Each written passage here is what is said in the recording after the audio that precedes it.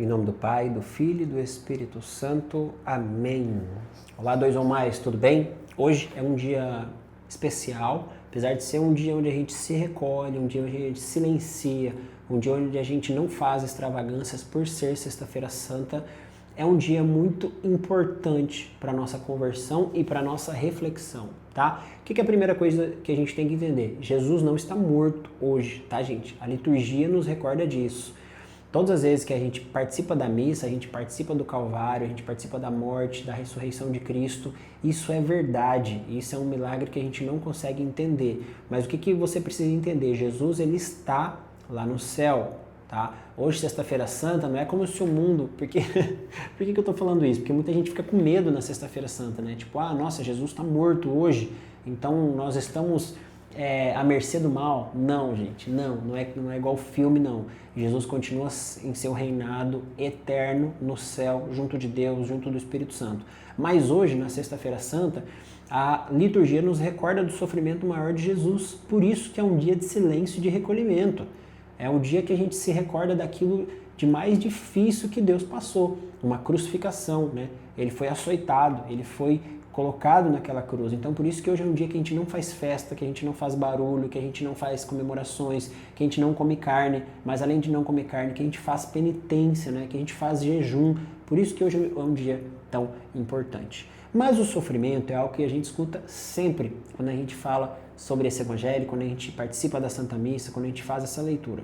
Mas eu queria te mostrar, na verdade, um outro contraponto que foi antes do sofrimento de Jesus. Quando Jesus, na Sexta-feira Santa, chega no Calvário, ele faz uma oração muito importante, que São João chama de oração canônica. Canônico significa exato, pontual, sem erro, ideal, perfeita. E o que Jesus pede nessa oração, você sabe?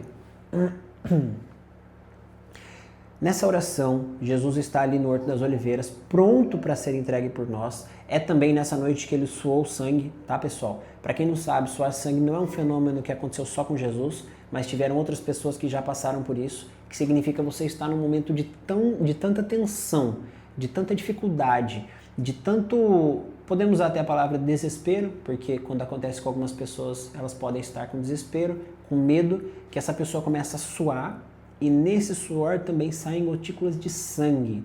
Então a pessoa pode ficar completamente lavada de sangue. E com Jesus aconteceu esse fenômeno também de suar sangue. E mesmo assim, ele não desistiu, ele não arredou o pé, ele continuou e falou assim: Pai, se essa for a sua vontade, cumpra em mim, faça conforme a sua vontade.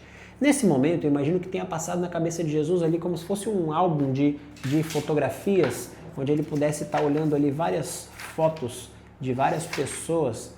Com certeza nessas fotos apareceram eu e você. E foi justamente olhando para nós, para a nossa vida, que Jesus teve coragem de dizer essa fala de: Pai, se for a tua vontade, eu aceito. Então, hoje é o dia de todos que nós temos que nos sentir mais amados, tá? Quando a gente vê uma cruz, Jesus na cruz, algumas pessoas se escandalizam com essa imagem, tá? Quando eu estou falando de algumas pessoas, não estou se referindo a nós católicos, porque nós entendemos isso. Mas as pessoas de outras religiões, as pessoas que entram numa igreja e vê Jesus na cruz, eles sentem isso como um escândalo, tá? Um homem todo machucado, todo perfurado. Mas aquilo ali, para nós, tem que ser como se fosse um quadro escrito "Eu te amo", tá?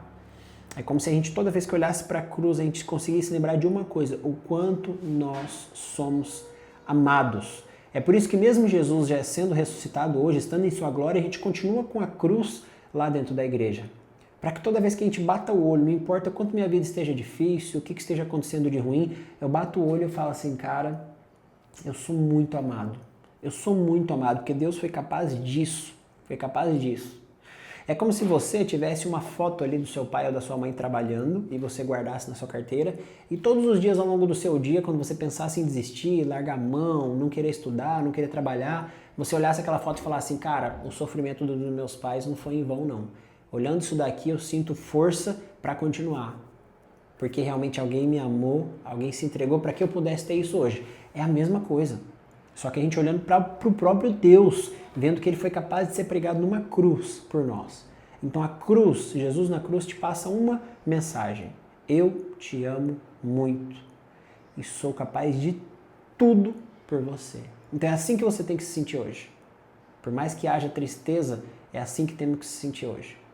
E o segundo momento, que eu falei da oração canônica, Jesus pede para que nós sejamos um, como Ele e o Pai são um. A oração canônica. Então nós temos que nos unir, não ter várias vertentes, várias ideias, igual eu falei ontem no Evangelho do Lava Pés. Às vezes a gente pensa que a gente é cristão, mas a gente não está agindo como cristão.